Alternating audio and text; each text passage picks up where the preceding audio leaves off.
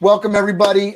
This is an interview with the amazing Destiny Moore. I'm so happy that she joined us today. She's a holistic social worker, program designer, and wellness advocate. She works for Columbia. She's going to tell you more about that. Denise, thank you so much for being with me. Yes, thank you so much, Cam. Denise is my mama's name. It's my middle name. But I'm still super happy to be here. Got to rep your mama's name. Thank you, Destiny. I'm sorry. You know, me reading and trying to like stay focused while I'm on these things is it's not good. I hear you. I hear you. It happens to me all the time. No worries. So tell me about Columbia. You're first of all A. Philip Randolph grad, SUNY New Paltz grad, and Columbia Masters, right? Yes. So tell us about what you're doing right now with all that education. Yeah, it's taken me down a few rabbit holes, but right now, one of the most exciting rabbit holes is being the assistant director for student support at Columbia's School of Nursing. It's a brand new position, and essentially my job is to get our students from orientation to graduation in one piece. It's super reflective of my own experience as a graduate student at Columbia. I was pregnant, and that's a whole story and episode in and of itself. But needing that support and knowing the kind of support that I wanted made this a super fun position to get at this time. It's super new. I just started a few weeks ago. So I don't have a lot of cool things to say about it, but it's definitely nice to incorporate some of the wellness stuff that I do on social and on the side in an actual full-time job. Well, that's awesome. So I didn't even know you were a mama. I somehow missed that. So what's the name and sex of the child? Yes, she's a girl. Her name's Lila. She just turned 6 in March. Goodness. I was pregnant throughout graduate school and through the beginnings of my career, and that has certainly shaped a lot of, I would say it shapes the way I look at my just career and identity in general. So I know I told a lot of people my story, but I don't know if you know it, but I had a child at 19, and you know that's part of my story. And why I'm passionate in working with soundbusiness.org is because you know life happens when you're not focused on your goals, and it's you know an exact repercussion and it changed my life. And because I wasn't in love and wanted to make a life partner out of his mother, it changed his life, and not necessarily for the better. So I'm super passionate about giving back, and I know you are as well. So I want to jump into that story. But before we do, what are the takeaways that you want folks to kind of take away from your story today? Great question. So I have notes. I wrote them down. The first one is your passion lies in the things that you like to do. The second takeaway is to discover what you like, you have to get to know yourself on a deeper level. And the third is that social media is really your first impression. So it's smart to use it wisely. What are the takeaways that you want folks? Sorry, I'm trying to monitor the Facebook so I got the sound going on. So say that one more time. Yeah, no worries. So your passion lies in the things that you like to do. In order to discover what you like to do, you have to get to know yourself. And lastly, social media is your first impression these days. So it's smart to use it wisely. You're an intelligent person, and I love these takeaways, and I'm dying to hear these stories. So talk to us about your journey to Randolph. How did you, lock eyes with Randolph and decide that was the school that you were going to? And then, you can jump right into, freshman year and like that, the first experiences of seeing and being in the building. Cool. So Randolph was actually my second choice. My first choice was Beacon, and Beacon gave me the big no. And I'm curious, why was Beacon the first choice? I don't know. I can't tell you now retrospectively that I chose Beacon as number one for a smart reason, other than I thought it was a good school and perhaps I should go there. That was to the extent that I made like high school decisions.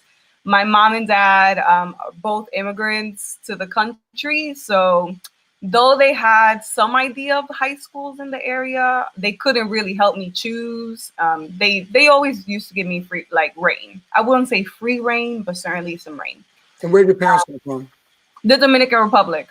DR, up in DR, right? Yes, definitely. So you ended up Randolph. So tell me about that. Ended up at Randolph, flunked my first semester. My parents were very concerned because I was like a high 80, low 90 student. I got like my first 60 as a student, and that was detrimental. My parents are like huge on education, huge, like, you have to do well. But high school, just, it wasn't it for me. I had too much free reign and made some friends that I shouldn't have been friends with. And went through your regular difficult freshman year transition. Right. So that was interesting. I think getting the first 60 was definitely eye-opening. And so I had to go to tutoring when I didn't necessarily ever go to tutoring before. I had to meet new friends that actually like school so that I could, actually like school too again, like I did when I was in middle school. And Right. that was really my transition experience. It unfortunately set an awful foundation for my college transcript later on, 3 years later, but I wasn't really thinking about that as an option then. So I guess that happened. Well, I like when, people talk about this stuff because, if a freshman is listening, it's just one of those things that helps connect, because here's a person that walked the hallways, that's gone out into the world. You're doing something that there's probably, 100 to 300, or more students in Randolph that would be potentially interested in a career like yours. Right now, right in this moment, right? There's, anywhere between 1,400 and 1,600 kids in that building. So, going into a track that involves, social work, it's such a big, and I'm always surprised when I'm talking, but I've talked to a lot of people that want to be social workers, whether they are or they aren't, they want to be social workers. I think it's such a, it's a career choice that people are into. So, hearing your story and understanding and connecting, hey, this grade right now has an effect on later life is something that, somebody that's listening to this, that's a freshman, they need to hear it. So anyways, so you have this experience freshman year. Talk to us about, other things that are going on in the year. I know you're struggling with the parent situation. Take us beyond, move through freshman year, summer, sophomore, keep us moving. Yeah, so I had to get my grades back up, and I did that. That worked out pretty well. And then I can't remember when I got involved with SBI specifically, but I know that I got involved because of career stuff. Because they were doing, I think it was like mock interviews, or somebody was coming by that was very important. And I just thought that maybe it was a good idea for me to do that because I was, flunking and I needed some extra, something else to be doing in school.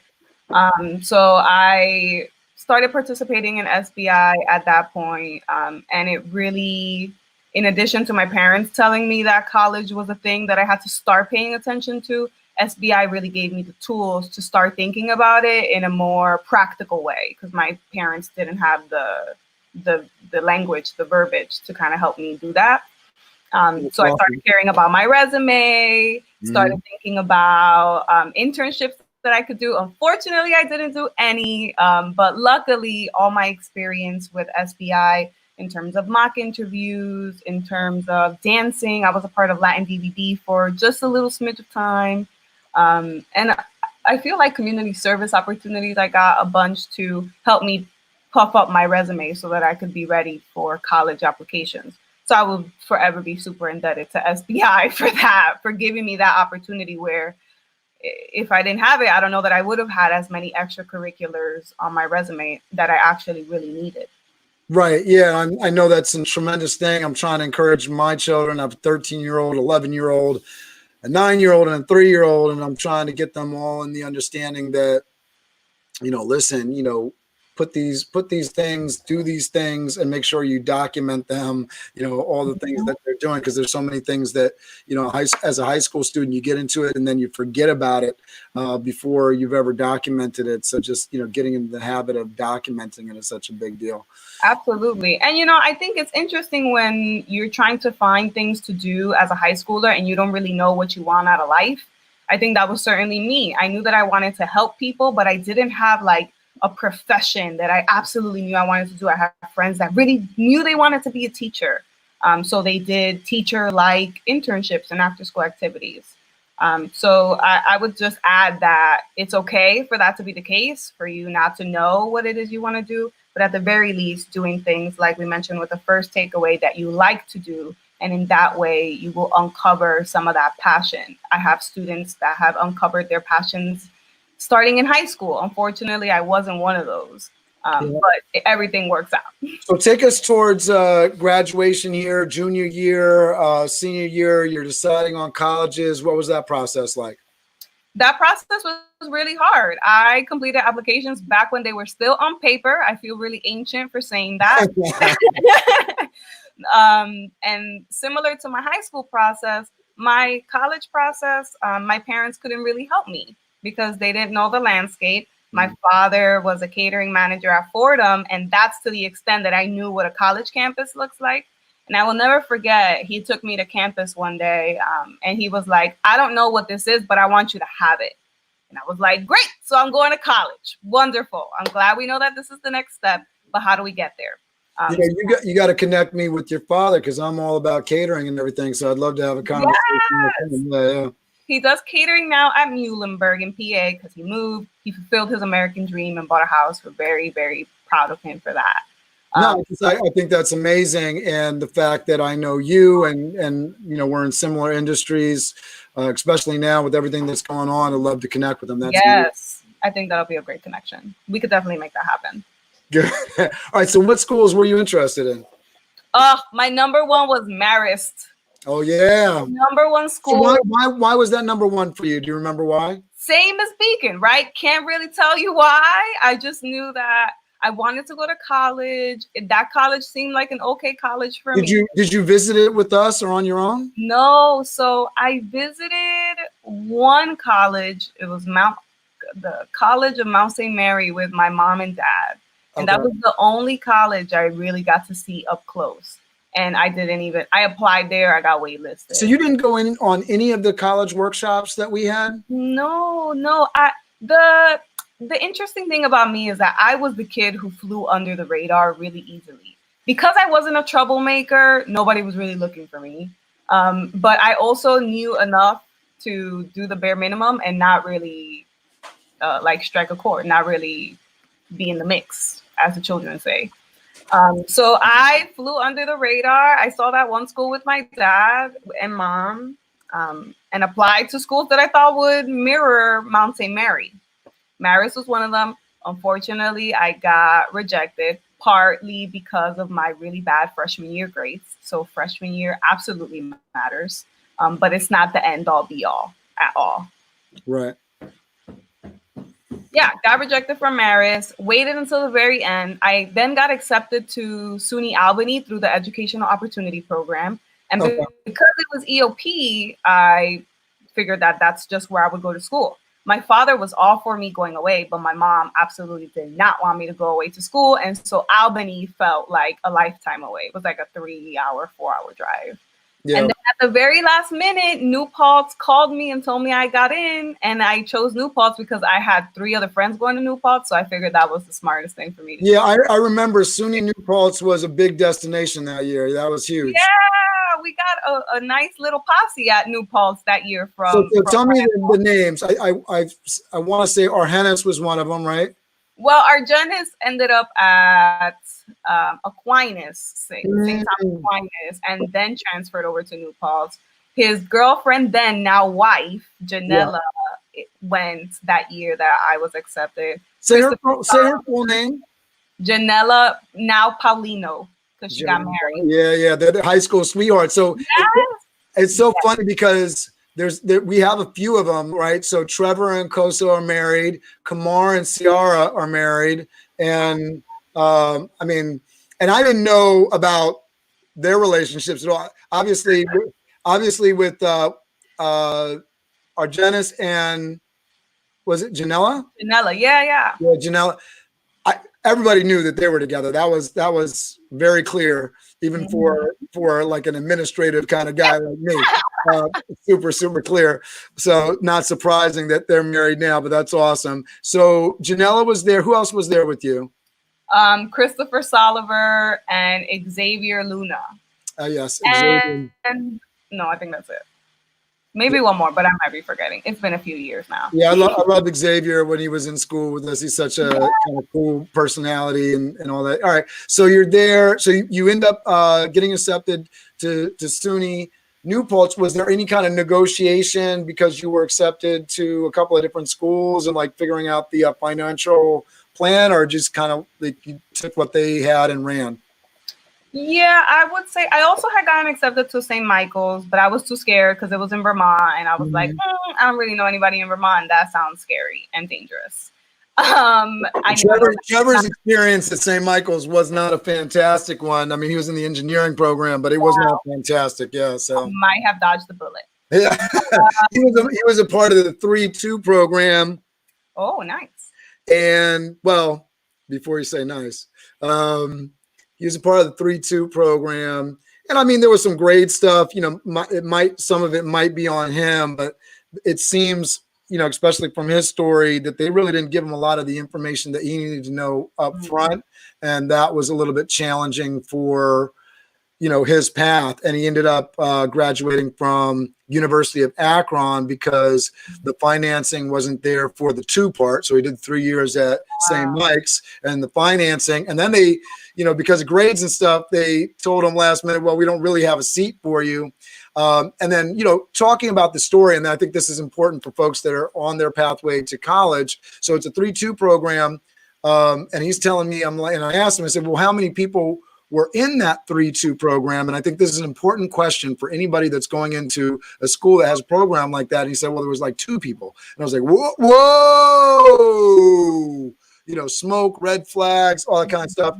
You know, if you're going to be a part of a program where there's only 2 people participating, that might be a danger sign. You know, if you tell me you're going to a school with, you know, 2,000 people and, you know, 200, 300 people are participating, that's okay. You know, like there's a good amount. I would still ask questions. I try to find somebody in the program and ask, and he didn't follow up and ask those questions. And that's a lot of what we did on the college workshops, was teaching students, when you go up, just don't go on the tour and check out the cafeteria and all that stuff. My own college experience, where I didn't graduate from college, but I chose my college walking behind the girl in the red leather pants that was given the tour. And as a young man, that was the game changer decision-making element of my yeah, real. I'm not too far behind, you know. Real talk. I hear you. So you end up at SUNY New Paltz. You got some fellow Randolph graduates in your car. Yes. Tell us about the SUNY New Paltz experience. Oh, New Paltz changed my life forever. New Paltz's educational opportunity program is the best. I am biased and I don't care. No, I love that, because, you know, I've been through right now, I think you're like my 4th or 5th interview, and you know, some of the stories have been rough, but I started telling you before we got on here that part of my goal with this whole thing was to really reach out to the folks that didn't have the ideal experiences at college, you know, sort of look at SPI in a different light, because, you know, their post high school track wasn't ideal. You know, in Trevor's case, you know, I think he had a rough time, and, you know, he sort of admits in his story that he didn't really utilize all his resources. But, you know, if we're a college and career preparatory program, and you're in this program, and we're not, you know, getting you and hanging on to you and forcing this stuff onto you, and I sort of treat it like my father. My father's a beautiful individual. He's so thankful for him. He was a single father raising me in the middle of New York City. not easy to do. Certainly not rich by any stretch. He's apartment renovator, and I fault him. I say, he didn't push me hard enough. That's not a criticism of who he is as an individual. I love him. He's a lovely individual. He took care of me in a way that my mama wouldn't or couldn't. And, I owe him so much. I got a love for books. I got all this stuff, but I was not supported the way that I needed to be to push me to that college thing. And I know that if I would have had the resources to do that and have that, I would have more opportunities available to me. I'm super passionate about education. I look at somebody like yourself and I'm envious because you have the college degree, you have the master's degree. And if you lived where I lived and I got Westchester Community College, it would be so easy if I had your credentials to go down the street and teach class. And make some money from that, but more importantly, pursue my passion. So I'm jealous of you. And I think that's an important thing because so many people are like, well, I don't know what I'm doing. My thing isn't that great. I know people look at me and they say, oh, he's got a business and, he's doing stuff online and, listen, it's not always that great. It's not always that wonderful. But on the other end of that, somebody's jealous of you and somebody wants to be you. And I think that's an important message for everybody to hear because everybody gets judged, especially with the social media thing, right? Because I look on, absolutely, the Kardashians and this, that, and the other, and I'm living fabulous. Don't worry about that. Just do you, and people want to be you. Absolutely. Because when you are you and you get to know yourself, you get to know what you love and you do that. And just by virtue of you doing the things that you love, you radiate. At least that's what I think. Absolutely. And my education has certainly given me the freedom to continue to pursue the things that I love. And I learned how to do that in college, for sure. I had an immaculate advisor who mentors me to this day. I had the support of the Educational Opportunity Program, checked in on me, made sure I registered. So I was held really really nicely through college, and I owe it all to the Educational Opportunity Program for sure. That's awesome. And I know there's a lot of kids that are probably like, well, what's this EOP thing? Is that something I should be involved with? And I know there's another set of kids that are mad because they don't qualify for whatever reasons, because, their mother makes too much or that kind of thing. So it's one of those things that, listen, you might not be able to be in the Educational Opportunity Program. There are other resources. And then if you don't know what the Educational Opportunity Program, make sure that you understand so that if you can apply and you do qualify for it, that you use it. Because part of my college experience was, I was a white kid, so they weren't really looking at me, and I wasn't thinking that there was some kind of Educational Opportunity Program. 2 years in, I can't afford my education. I could have been a part of a program that would have helped me, and I had no idea. Yeah, one of the jokes that I tell my kids when I talk about college applications is that I check the EOP button off like a stroke of luck. Like I was like, I guess I could do that. I don't know what it is, but maybe I qualify, and it just so happened that was the thing that really helped me through. But if you are not EOP eligible, your school has a plethora of resources, writing resources, academic advising that are there to help you through. If you still have trouble like accessing those resources, or you're not vibing with that academic advisor for whatever reason, you can always go to a dean and ask to see someone else. So I love that part of your story, and part of our college workshop stuff is like, go to SUNY New Paltz, ask what the resources are, talk to the students, what's the availabilities, what's the ease of access, and then go and compare that and contrast that with SUNY Albany, if those are the two places that you got in, and then make your decision there, because, there might be somebody that goes to SUNY Albany and maybe they hate their experience because the ease of access wasn't there for them, like you going to SUNY New Paltz. So tell us, what did you love about SUNY New Paltz? You sound like you're a fan. Tell us about some of the the great things on campus that you were a part of, and what you would recommend that folks do if they end up going to SUNY New Paltz. First of all, you have to have apple cider donuts. It is a staple of the community, so you must have apple cider donuts. New Paltz was super awesome for me because it was the first time I actually got to explore my voice and step out of my shell. At Randolph, I was very shy. I only talked to people that I knew, and that was it. But when I went to college, I decided that I wanted to be more outgoing. And so I made a point of that.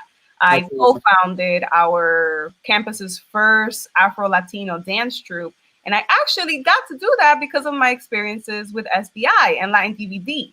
Getting to practice for shows and see our captains create choreography gave me the background knowledge to know how to do that in college. So that was awesome.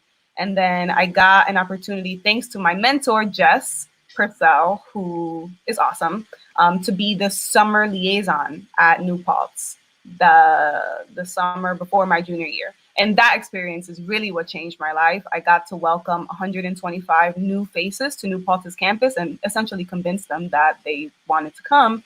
But the heartbreaking part about that was that there were only 125 faces that looked like me. And so I really struggled with that, and I didn't feel that was right. So after that summer, I dedicated myself to college access and success, because I knew that I wanted to see more students that looked like me, that sounded like me, and that lacked the resources like we did back in the city, to thrive. That's awesome. I really thank New Paltz for giving me not only the opportunity to step out of my shell in a really safe place, but also for my mentors who believed enough in me to give me those leadership opportunities that eventually led me to my passion. That's awesome. So talk to us about that. What's your passion, and what were you finding in college? How did you find your passion in college? That question is a little hard for me right now, just because my passions are, I feel right now, in an intersection. I feel like I'm exploring myself again as an adult. No, that's okay. I think we pursue passions. And then, I think I like this, and then I pursue it. And so I'd love to hear like some of the different things that came out of that. So let's hear about it. What were you loving in college that, has changed? And I think we can talk about the change as we start getting to post-college and when you're, in that story. So just talk about pursuing your passions in college. Yeah, so I knew I wanted to help people, and that was always in the back of my mind. But I also knew that I wanted to work with students. So a lot of my free time in high school and in college was helping students. I became a peer mentor, so I helped the younger students. I co-founded that dance team, which meant that I was working with all types of different students, and then got that opportunity. What dance team did you found? So it's called Impacto Sensual. It is still alive on campus, thankfully. That's awesome. Unfortunately, you created legacy on campus. That's great. Unfortunately, I'm not as tied to the legacy as I would hope, but it still gives me joy to be able to say that I played a part in co-founding that very beautiful team. It's definitely doing its thing, so I'm proud from the sidelines. That's great. But yeah, picking up different things that you like, trying out different orgs. I was a part of orgs and then had to step out because I didn't like them. And that was a learning experience because I'm someone that likes to complete things when you start them, but you find out that maybe that just didn't work for me, and that's okay. And yeah, it was really that liaison experience that cemented for me that I wanted to go into college access. And so I did. That year after, I ended up applying to graduate school, to the social work school at Columbia, and got accepted and left. That is amazing. Yeah. So tell us about that experience. It was very tumultuous. I graduated a year early from New Paltz, went to the school of social work, ended up pregnant. So I did my first year of graduate school pregnant, and it was just hard. Very. And I hear you saying it was hard. I just hear amazing. I just hear like, thank you, but graduated early from SUNY New Paltz, like amazing, right? And then doing master's school while you're pregnant. Oh, I don't recommend. Talk about life goals, right? I mean, that's that's amazing. I mean, and I think people, they make, the average person, right, makes 1,000 excuses for why they can't, and you were making it happen. Thank you. I certainly had support from people around me. And I just told you, if I start something, I want to finish it. And I had already had my heart set on getting a master's degree after undergrad. And I was like, okay, well, I could be pregnant and not do it, or be pregnant and do it. And I just figured, why not? I just need to get it out the way. That's excellent. But it was I don't recommend it at all. I had a lot of issues just trying to get accommodations because I was pregnant. I had a field requirement that I almost wasn't going to meet, and that was going to be an issue for graduation. And at that point, I would have had to take out extra loans. So it just was a very complicated situation. Fortunately, Title IX was involved in my education, and they helped me get accommodation so that I could finish out my first year. And then my second year was a little breezier than the first, and then I graduated. So shout out to Title IX. Talk to us about Title IX because I have no idea what that is. Title IX is awesome. It's the office that handles cases of discrimination. And so after just not hearing either from people in my field education department or nobody knew what to do with me in the academic offices in my department, I just needed someone to tell me that I was going to be okay if I left 2 months early to give birth to this child that was going to. So I don't understand. So how did you find out about Title IX and how exactly did it help you? How did I find out about Title IX? I found out about Title IX because I was classified first as a disability. So they told me that because I was pregnant, I should go to the Office of Disabilities to receive accommodations. I was appalled that they thought my pregnancy was a disability, but we live and we learn. I go to the Office of Disability and they tell me that my pregnancy cannot be labeled as a disability and that I should go speak to the Title IX office. And I was you gotta love the red tape kind of stuff like that. You're like, I'm gonna send you over here. Nope. No, not that. Go over there. That's typical public institution, which I'm surprised that Columbia was doing that to you. But I think they were learning. I give them the benefit of the doubt because their education definitely helped me to get where I am. So I'm grateful. But that time, I still have some qualms about it. Clearly, if you could tell in my tone. Yeah. So talk about that because I think that's a lot of people's worry and concern these days. Do I need to go to college? If I go to college, will I end up in massive amounts of debt? I'm assuming that you built up some kind of debt, right? A nice little rack. and I know that you're utilizing your education and you still sound happy about your education and not Absolutely. So pessimistic on those. So talk about the trade-off there and why you felt like things were worth it or not worth it. For me, it stems from doing what I love. My education gave me the opportunity to then become a college counselor at a charter school. And that was my first real quote unquote career job. But not only did I learn so much, I got to do exactly what I said I was going to do when I was an undergrad, which was create access for students of color. I was doing it. I was excelling. By 2016, 100% of my students were admitted to four-year institutions. To me, that was great. I did what I came to do. You got to give us a little bit of detail on that because that's huge. That's amazing. Yes, I've supported over 125 students to date through their college processes, whether as a college counselor on my own time, as an assistant director before this job at a nonprofit. And I feel again, my education is the platform that helped me achieve that dream and that goal. I obviously have bigger dreams now for college access and who I want to be in that space. But my education gave me the foundation to be able to do what I do, to be able to create those systems that help those students that I said I wanted to help. So my brain is exploding because the last 24 years, this is all I've been focused on whenever SBI side of my brain because I've been now being a board member, but just always being involved and always having that sort of love and passion for education and wanting to make sure that young people have opportunities, whatever opportunities that we can open the doors to so that they have people are going to find themselves, they're going to find their passion, they're going to discover themselves. And at that point where you discover what your passion is, you want that door to be open. So that's 100% why I'm involved and why I've stayed involved through the frustrations. Funding for soundbusiness.org is tough. Charles Thompson, an angel of a man because he's done this for 30 years without pay, but nobody should do that for 30 years without pay. But we need sustainable funding for the organization.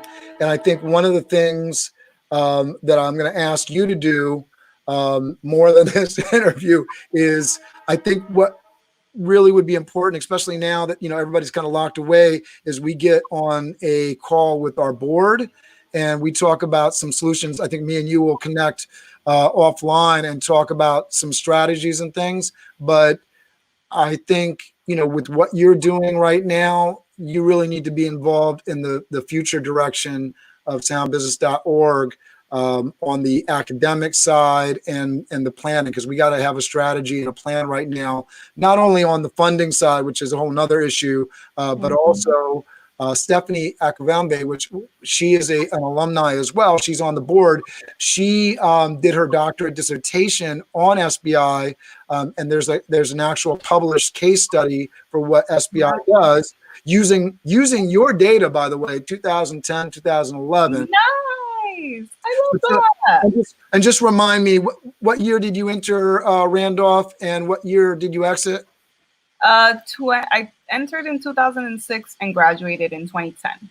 I got to remember in these interviews always to start with that. And It's okay. We're learning as we go. 2006, 2010. So in those years, I was doing the Cassie program with the SAT prep. So we had crazy numbers. If you remember me running around the halls and, you know, just on top of kids, like, I need you here and I need to do this and I need you to do that. And that all stems from my passion, like to keep, you know, hold people accountable, but, you know, push them so that they have the opportunities, right? So definitely, I'm sorry to talk so much, but I'm really, like I said, my brain's exploding. No worries. It's what I love to do. Part of my concentration at the School of Social Work was practice and programming. So I love creating that programming structure to streamline things like the college access process, because the big issue with the college access process is that it has so many pieces. In addition to it having so many pieces, our kids fall off the radar just because it's such a long process. It's so involved. So I love finding ways to make it easy for students to go through that process and make it efficient for people walking students through that process to track info and things of that nature. So absolutely. Yeah. Can you just expand on that? Like what are some of the keys of success? Hopefully, like there's some social workers that'll watch this, and maybe there's some tips and tricks that you can provide that will help them with their students. Oh, I treat every student as an individual. There's no one student that's the same as the other. And so I try to meet the student where they are. It's also a really challenging time for students. If we think back to our own college processes and just feeling so lost and the pressure of having to make this life-changing decision at 17, 18 is just daunting. So, you know, and you're saying that for the 17-year-old, but there's people in crisis right now. The businesses are shut down.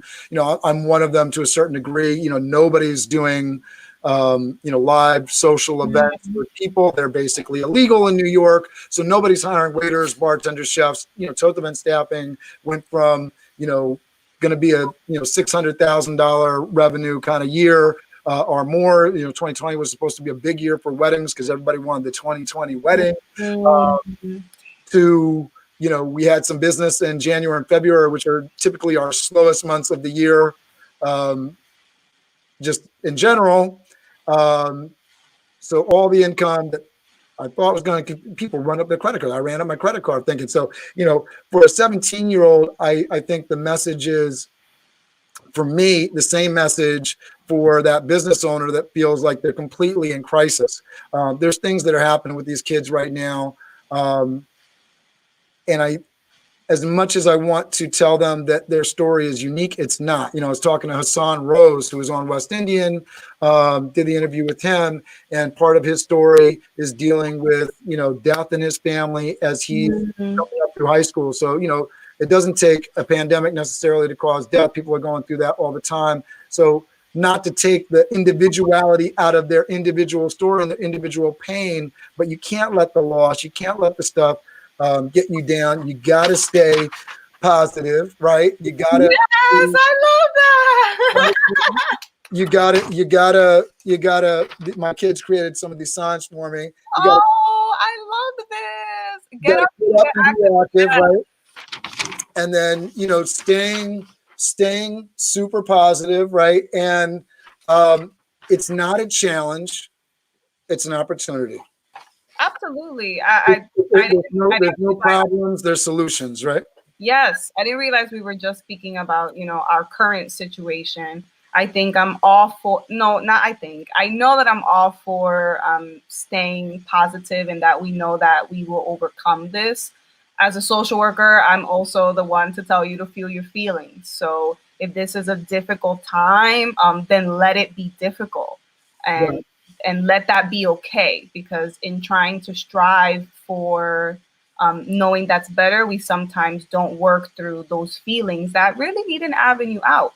And if you are struggling to be productive, then don't for a day or two, and then find the energy in something that you love, taking it back to one of the takeaways. What is it that sets your soul on fire? What is it that when you start talking about, you can't stop? And that is a wonderful place to start doing things that you love while you're home and you have the luxury and the privilege of being home, because not everybody has that. Yeah, yeah. So talk a little bit about your career track here. I mean, I know that you sort of have walked us through, and obviously you were doing school at Columbia. How did, and we know that master's degree situation while you were pregnant, trying to get your degree wasn't super positive. Why are you at Columbia now? What did you do in terms of real life work that sort of just made you decide, and what are the great things about working for Columbia? And if it won't get you in any hot water, maybe talk about some of the maybe benefits that other places would be offering that you might be a little bit jealous of. I imagine working for Columbia in terms of package and benefits is probably not anything to be mad at. Absolutely. It's the best. I will outright say that very proudly. As a school, Columbia and I will definitely have to have a conversation. As a business, I love working for Columbia. That's amazing. I started at a charter, ended up at Columbia through a nonprofit afterwards, and obtained some leadership position there and got some experience. Then it's really interesting. I left education for a little while and did some freelancing in marketing.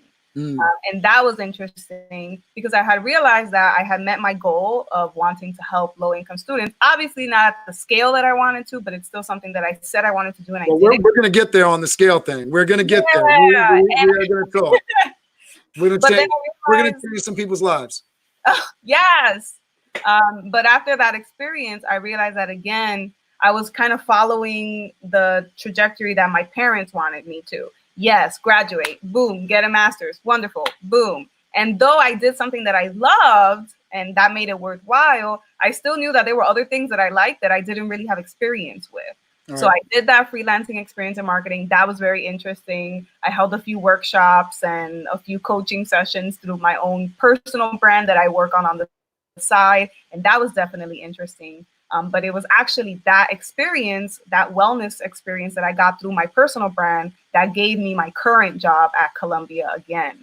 So talk about that, because I think that is something that a lot of people miss out, and, I'm in a networking association right now. And, I think people make the mistake of saying, okay, I'm going to go into a networking association, or I'm going to pay for this advertising, whatever the case may be, and then that's going to make the magic happen. And correct me if I'm wrong, but what I just heard you say was, I picked up an extra skill set, I added something to my resume, and that's the reason that maybe I shined a little bit brighter than my competition. I was active, I was engaged, I was networking, I was branching out and bringing more shine on my personal brand. Yes, I 100% agree. My personal brand started as a exploratory experience. I knew that I liked writing, so I started a blog. I then noticed that I really like writing about other people's experiences, so I started interviewing them. And then I started, hey, Trevor, then I started doing this social media thing and getting people involved then. And it turned into what I now call Love by Destiny, that has now geared towards this mental health and wellness brand. But it is that experience. My current boss now found me through Instagram. And that she knew that I would be a good fit for the role because she knew the kind of work I was doing on Instagram on and offline. And I would have never got to do that experience if I didn't get to know myself and know that those were the things that actually made my heart smile, that helping people could expand from college access to just helping people with my social work skills. I definitely believe in filling your toolbox with as many skills as you can that are related to one central goal that you care really much about. That's awesome. Talk to us about your Instagram, because you have a really great Instagram. Oh, thanks. My Insta has gone through a lot. I changed it to Love by Destiny because that's the name of my brand. And I started to advocate for mental health, wellness, and healing through my own just personal journey of growth and healing from a what felt like traumatic relationship. It blossomed into this blog where I get to talk about my experiences. But now it has transitioned to just, being able to give wellness tips to people who need them and really practicing growth by getting to know ourselves and getting to love ourselves. That's and cool. that has been the journey. My Instagram now is @DestinyThinks because it's all encompassing of all the things I do, not only Love by Destiny, but also my podcast, Top of the Heights. So I felt like my Insta name needed to really encompass the fact that I was more than Love by Destiny. Everybody that's watching this, you got to follow Destiny. Yes, please do. It's a party. Yeah. All right. So talk to us. You got the job interview. You're at Columbia. So what is it that you are exactly doing now, and how can other people? You've been through it now. Are there any tips and tricks? Are there any shortcuts? Are there any things that you would recommend to somebody that wants to be a social worker that that's going to work at a university? What would you suggest? You've been through down the trials and tribulations. Would you suggest they do it the same way? What are things that you would recommend to somebody? If there's anything I learned from this journey, it's that you can take at 100 different paths and end up at the same location. Mm-hmm. And for me, the most important thing is that you follow the things that you love. I loved helping people. And I niched down to college students in college, and I knew that's what I was going to focus on. And then after focusing on college students, just getting to teach college students and be in a school setting, I realized that I also really loved building systems. And that's what led me to my next job. And then I was like, great, I feel done here. What do I love to do now? Now I love to write. And then that grew Love by Destiny. So I would love to tell you that I mapped this out ahead of time. My husband mapped out his whole 5-year plan and it worked out to the T. And I'm so envious because that wasn't my experience. I've had. What's your husband's name? Huh? What's your husband's name? Terrell. Terrell. All right. So I gotta make sure I meet Terrell at some point. Great. Mapped out like a whole 5-year plan and has been following it every year. It's amazing. I didn't have that experience. I'm very jealous. But what I did do was uncover passion little by little. And it has brought me here, and I'm super grateful. Some of the takeaways, Trevor's watching, and I'm so happy that, he's paying attention to this. I got to get his interview up, and I apologize to him. I'm figuring this stuff out as I go. So we're able to, do this live and broadcast it in the moment now. So, just makes it easier, and documenting the process. One of your takeaways, social media is your first impression. So getting good at it, and it's trial and error. Certainly I would recommend, I think like you would, that, understanding that whatever you put out there is out there forever. So unless you're comfortable with that being your brand and your image that's on the front of the can, that, anyone is opening up, that is the product that is you, then, maybe think twice about posting it. I am so just over the moon that, I love your takeaways. Is there anything else you want to talk about? And, talking to our audience, we got high school kids that are looking at this, college students, post-grad, that, maybe they're struggling to get a job. Is there any other stuff that you want to talk to folks about before we get back into the takeaways and wrap this up? Yeah, I think right now what a lot of people are struggling with is uncertainty. There's uncertainty. We don't know what life is going to look like in a few months. But one of the things I realized is that, to be honest, I don't know that we've ever had that kind of certainty. We've thought that we did, but then something happens and changes it. And so focusing inward and just going back to, who am I? What do I like to do? What do I love to do? What lights me up? And how can I use these things to make a living for myself or to make an impact for others? Whatever it is that lights your soul on fire, I'm all for it. And if you are, needing some guidance on how to uncover yourself, how to go through self-awareness, how to love yourself more and engage in personal growth, I highly recommend visiting my website, www.lovebydestiny.com. There's a ton of resources, interviews, and blog posts to help you get to thinking about yourself in a more mindful, present way. Say that website one more time. www.lovedbydestiny.com.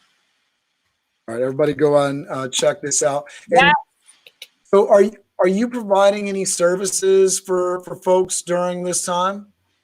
Yeah, so there are free self-reflection guides the minute you sign up. I think that self-reflection is a real pillar to personal growth, because until you don't know the voice that speaks to you every day, it's very difficult to know yourself. So I would start there. And then I am offering one-to-one just virtual sessions to folks if they find themselves struggling during this time. I'm more than happy to serve as a listening ear and then refer you out to any resources that I know that can help you further. Yes, that's my baby. So talk to us about some of these products that you're offering here. And I think this is amazing. And you got to teach me, because I don't have any products for sale during this time. And that's something that I'm looking to change rather quickly so that, I can pay the rent and support the family. But I also think, right along the lines of what you're doing, I want what I'm doing to help people. So, creating some tools that people can use to talk to this a little bit. Absolutely. So I was trained as a teacher at the charter school that I worked at, where I did college counseling. And so my guides are I think of them as student handouts. So they are meant to walk you through a process, whether that is walking you through goal setting. That's the Ready, Set, Goals guide. Whether that is walking you through organizing your finances, which for some of us, especially those in the first generation low income category, we have a different relationship to money. And there are some thought patterns that we have to unlearn about money before we get to build that really solid foundation that sets us up for success later on. Let me hold you up for a second, because you sparked a thought when you were talking about like the immigrant background and like the difficult time right now, and the idea that, times aren't ever really certain.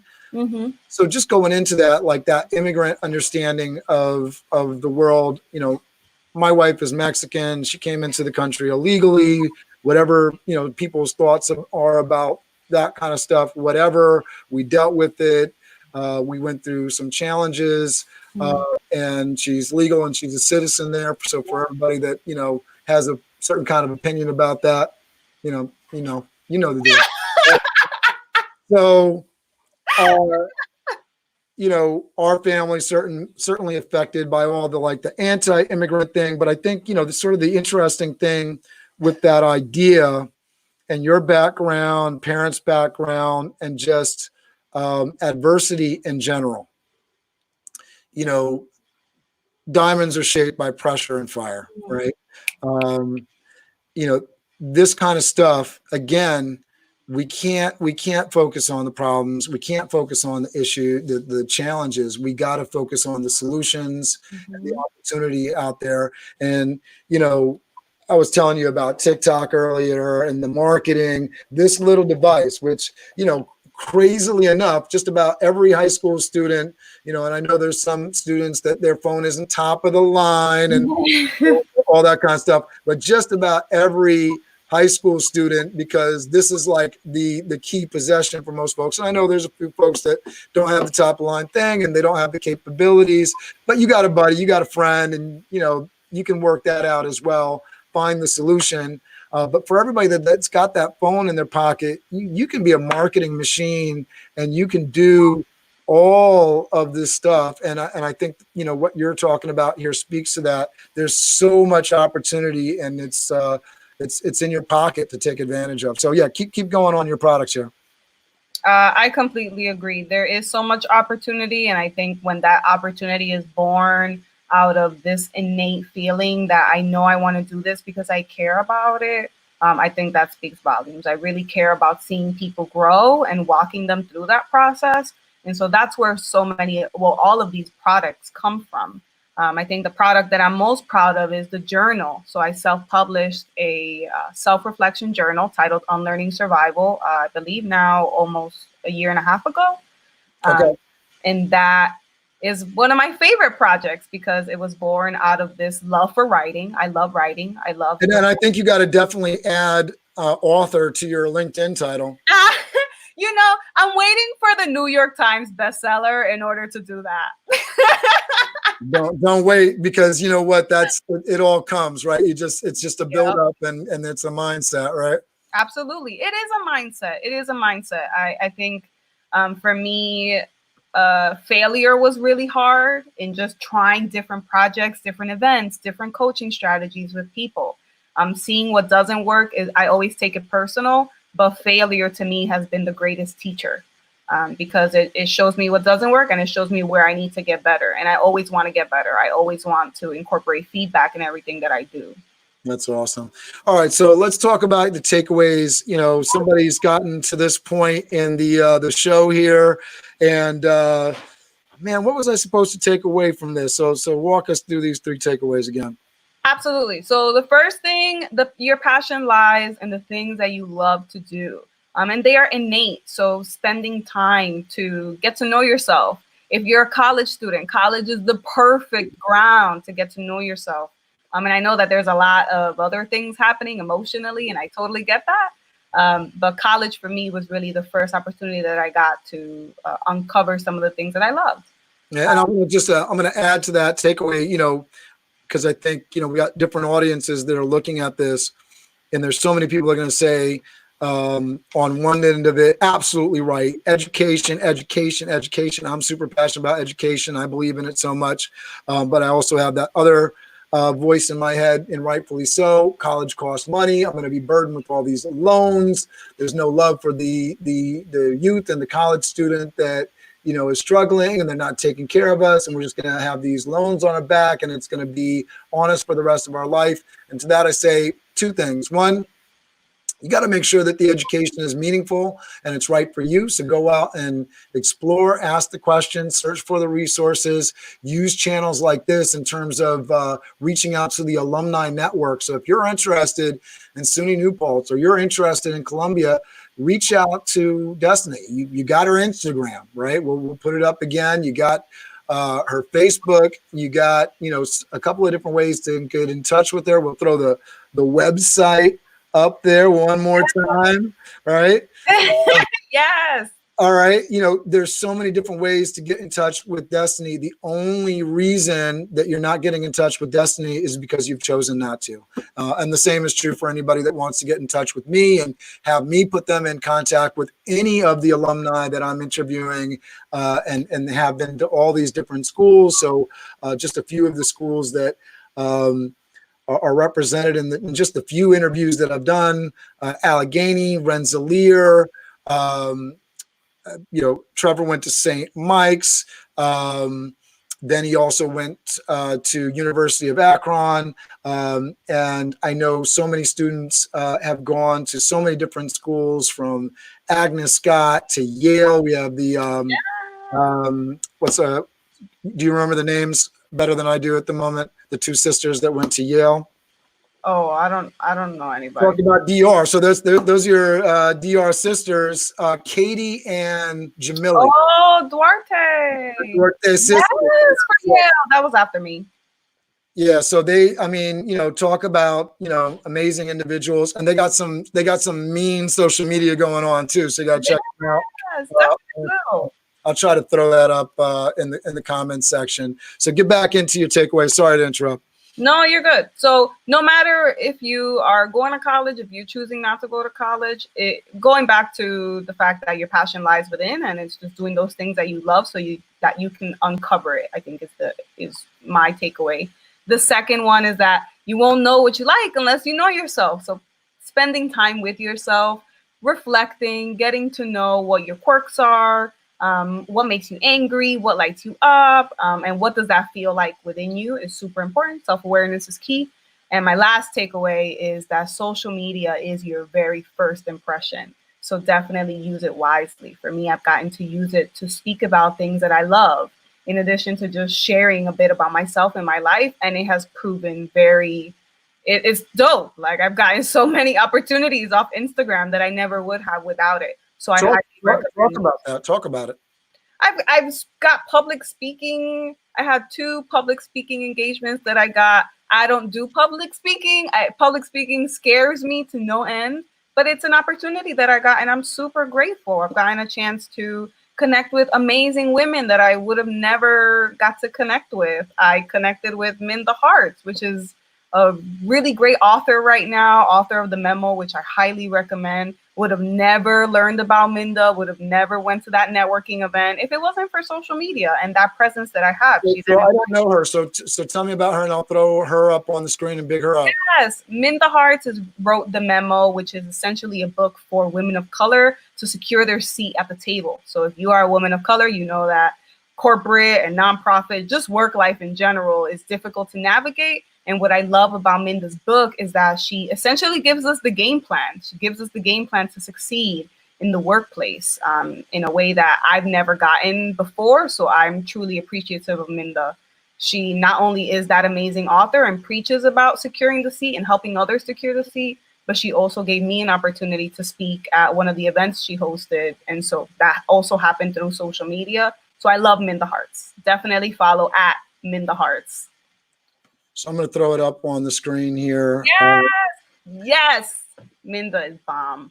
All right. So, I mean, this is a big part of what I'm doing right now with these live streams and these, publishing of videos. So this is a great social media strategy just to speak on the content. So what we're going to do now, what Destiny's going to do now, she's going to tag Minda Hartman because we're talking about her positively. She'll send this out to her crew. So something that might not have been seen, or it's going to further expand the audience. So we're advertising her because she's brought value to Destiny, and that's big, right? So, when somebody talks about, somebody doing something of value, that's amazing. I just went through a process with a guy that I met through this Master Network chapter, Rob Genovese, and, he did this branding breakdown of my company, just giving me like the colors that I need to be using. You saw it a little bit earlier with my earlier background.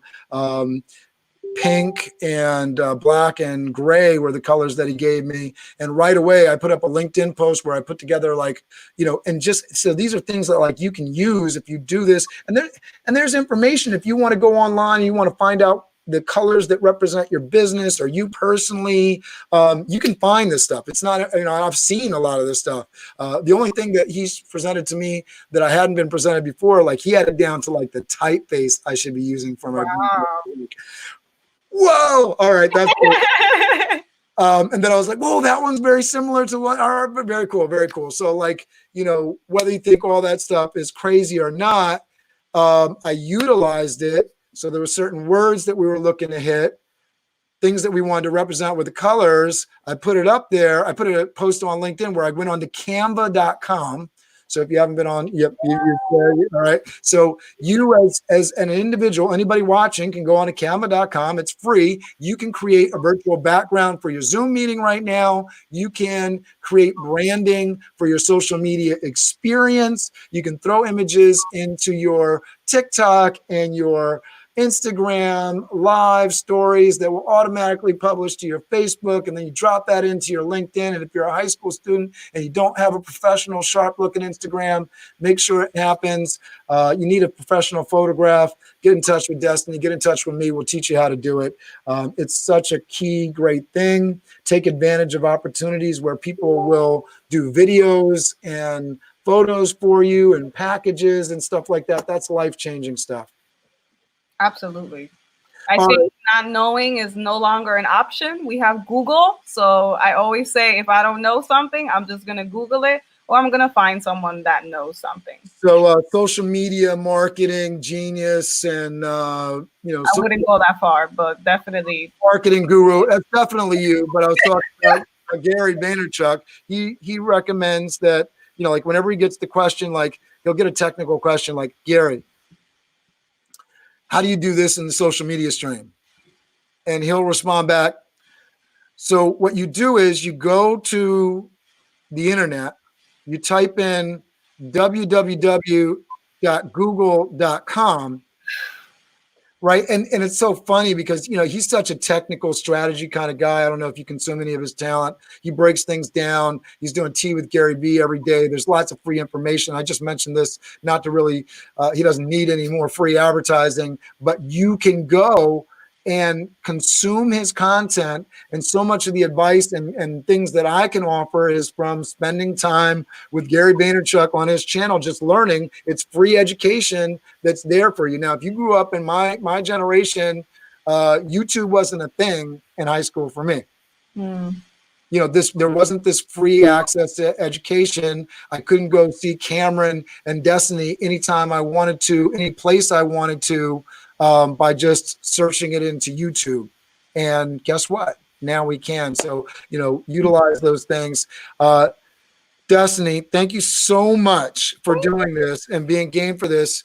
Tell people, you know, something that you want to leave them with on a positive note here. What do you want to tell them? Wow. Do what you love and the rest will follow. That's it. I like it.